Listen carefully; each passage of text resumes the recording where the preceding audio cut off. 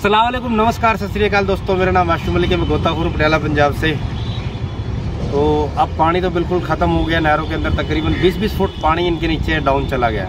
चाहे वो घग्गर हो, टांगरी नदी हो या हमारा ये पुरानी नदी हो पटियाले की। ऐसी बहुत सी नहरें हैं जो मारकंडा जिनके अंदर से पानी बिल्कुल नीचे चला गया। और जिसने ज़्यादा कर मार करी है हरियाणा के अंदर। तो सबसे पहले मैं आपको ये ड्रोन के जरिए जो ग्राफिक था वो दिखाने की कोशिश करूंगा। फिर जो बाढ़ के कुछ अंश है जब पानी यहाँ भरा हुआ था, फिर वो कुछ दिखाने की कोशिश करूंगा। तो चलिए दोस्तों, आप सबसे पहले इन चीज़ों को देखिए, बाकी बातें वीडियो के अंत में करेंगे।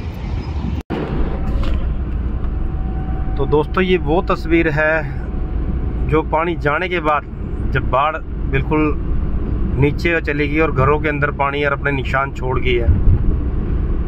और कुछ तस्वीरें ऐसी भी हैं जहाँ पे अभी तक भी पानी भरा हुआ है और काफ़ी हद तक पानी भरा हुआ है। तो ये जो पानी छोड़ा गया था सुनकना झील चंडीगढ़ के पास से, और कुछ पानी हिमाचल प्रदेश से आया हुआ था जो घग्गर नदी के जरिए आया था और पटियाले के अंदर तबाही के निशान छोड़ गया। अब पीछे सिर्फ सन्नाटा रह गया। ये सभी घर खाली पड़े हैं, इनके अंदर कोई नहीं है, सब ऊंची जगह पे चले गए। अब यहाँ पे कोई दिखाई नहीं दे रहा है बेचारा।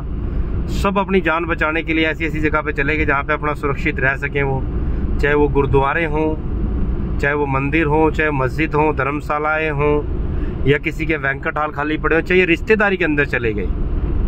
लेकिन फ़िलहाल तौर के ऊपर ये सब घर खाली पड़े हुए हैं। और कुछ घर ऐसे हैं जिनके अंदर सेना काम कर रही है, उनको निकालने का गोताखोर काम कर रहे हैं। एनडीआरएफ की टीमें लगी हुई हैं, प्रशासन लगा हुआ है, पुलिस महकमा जिसका आप हमेशा चेहरा करूर देखते थे कि भी पुलिस वाले हमेशा कड़क रहते हैं, धमकाते हैं, सिग्नल तोड़ने पर चालान काटते हैं। वो पुलिस वाले बेचारे आज नरम दिल नज़र आए, लोगों की मदद करते हुए नज़र आए।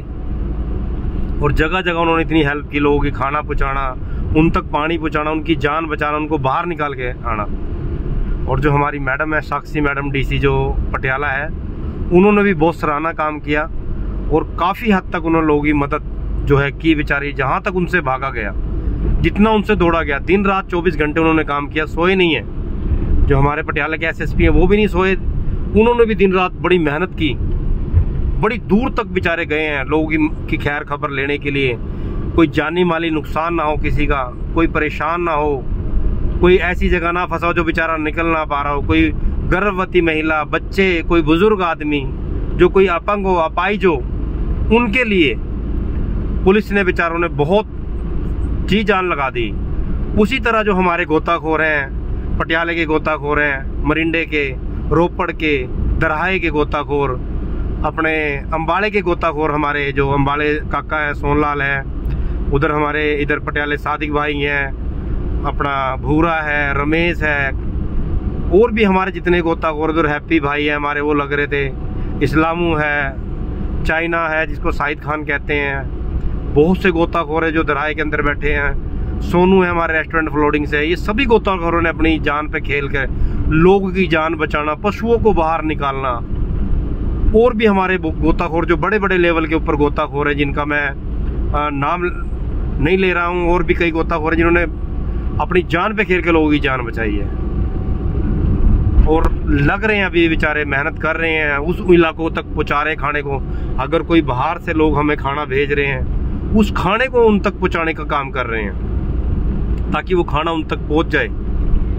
और वो मदद जो कोई आ रही है, जैसे उनको किश्तियों से निकालना, गोता मार के उनको दूर से उठा के लेके आना, सुरक्षित जगहों तक पहुंचाना, ये भी हमारे गोताखोर काम कर रहे हैं। वो भी बिना पैसे के, निःशुल्क, बिना किसी उसके मदद के। देखो, अपने गाड़ियों में तेल डाल रहे हैं, अपनी मोटरसाइकिलों में तेल डाल रहे हैं, सब कुछ अपने पैसे से कर रहे हैं, कोई किसी की कोई मदद नहीं ले रहा है।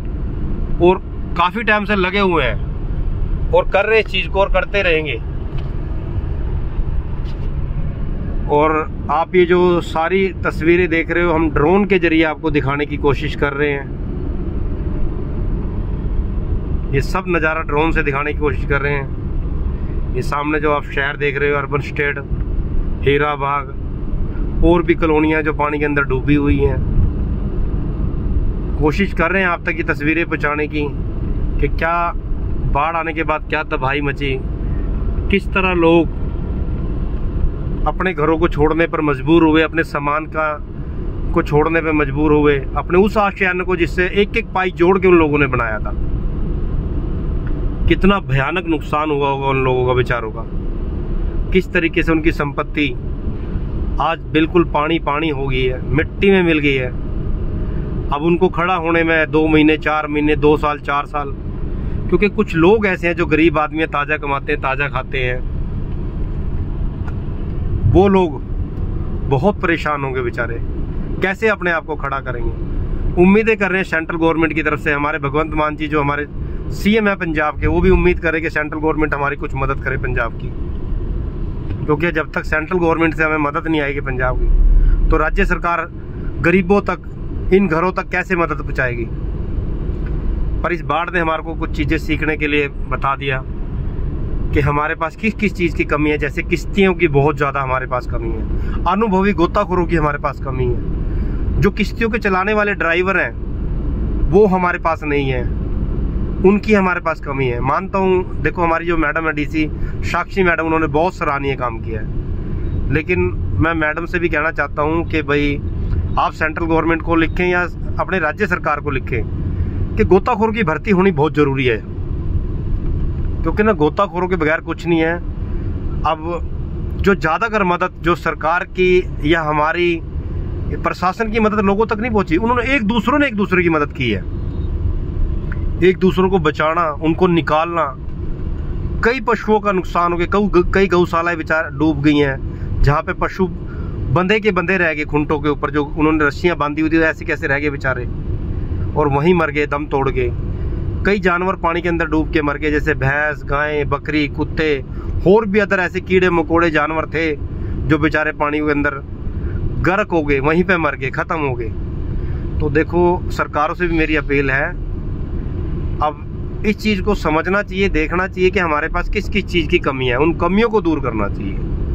तो मैं उम्मीद करता हूँ, सेंट्रल गवर्नमेंट से भी हाथ जोड़ के विनती करता हूँ, राज्य सरकार से भी, जो कमियां हैं वो गोताखोरों से पूछ के उनको दूर करने की कोशिश की जाए। तो ये था हमारा ड्रोन का वीडियो। तो चलिए दोस्तों, आप नेक्स्ट वीडियो देखिए, बाकी बातें हम वीडियो के अंत में करेंगे। धन्यवाद।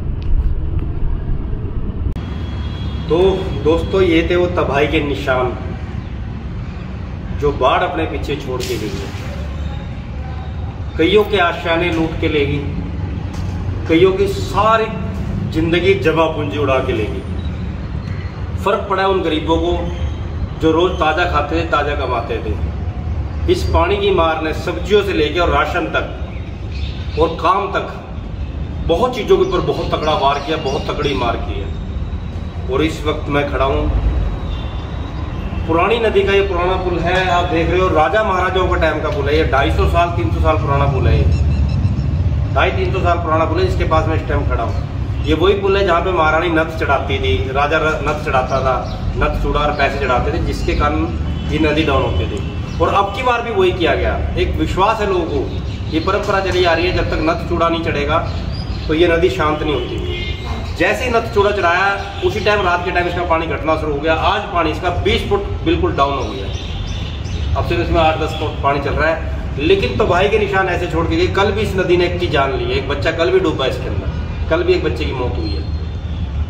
और अब पता लग रहा है पानी जाने के बाद के कितना नुकसान हुआ है, घरों के अंदर कितना नुकसान हुआ है, कितने मवेशी मर गए, कितने जानवर, पशु, गाय, सूर, बकरियां मर गई हैं। अब पता लग रहा है पानी जाने के बाद, जब वो ट्रैक्टर, गाड़ियां, कारें, मोटरसाइकिलें जब बाहर निकल के आई, जब पानी उतरा, तो अब पता लग रहा है कि रियलिटी में कितना नुकसान हुआ है। मैंने आपको ड्रोन के जरिए दिखाया किस तरह पानी जगह जगह भरा हुआ था, ये सारी चीज़ें मैंने आपको दिखाई हैं।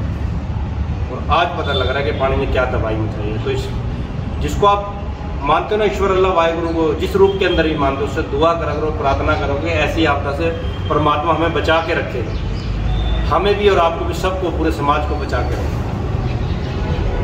फिर भी मैं एक बात कहना चाहता हूँ लास्ट वीडियो के चलते चलते, कि अपनी जो तैयारी फिर भी रेडी रखना। अभी तो बरसात का पहला महीना, मैं डरा नहीं रहा हूँ, ये बरसात का भी पहला ही महीना था, हो सकता है पानी दोबारा भी आ सकता है, लेकिन अब आएगा तो तबाही ज़्यादा लाएगा, क्योंकि वो जो चीज़ें थी सब कच्ची हो चुकी हैं। पहले तो क्या कि पानी खड़ा था, अब जो पानी आएगा प्रेशर पड़ेगा, जो मकानों की नींवें कच्ची होगी, जो किनारे नहरों के कच्चे होंगे, जो पुलों की नींवें कच्ची होगी, अब उनके अंदर ज़्यादा तबाही मचाएगा। तो इसलिए कह रहा हूँ अपनी तैयारी रखना, जैसे ट्यूबों के अंदर हवा भर के रखना, किश्तियाँ हों, पानी वाली खाली बोतलें होती हैं ठंडे की 2 लीटर वाली, उनको एक बोरे के अंदर भर के थर्माकोल के करते, इन चीज़ की अपनी तैयारी रखना, रब ना करे कोई बड़ा नुकसान हो।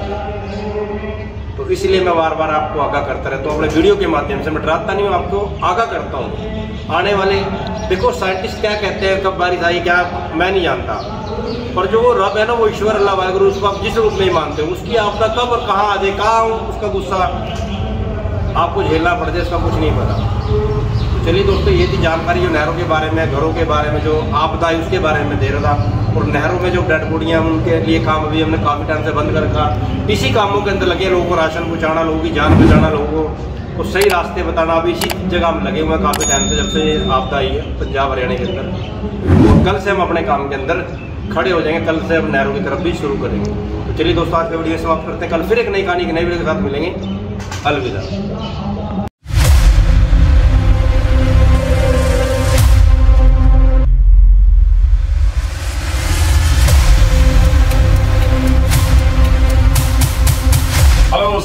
आदाब, सत श्री अकाल। मैं शहजाद खान, ये है आशु भाई।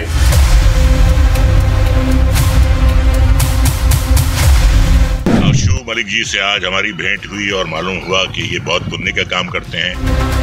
ये हिंदुस्तान के मशहूर गोताखोर हैं।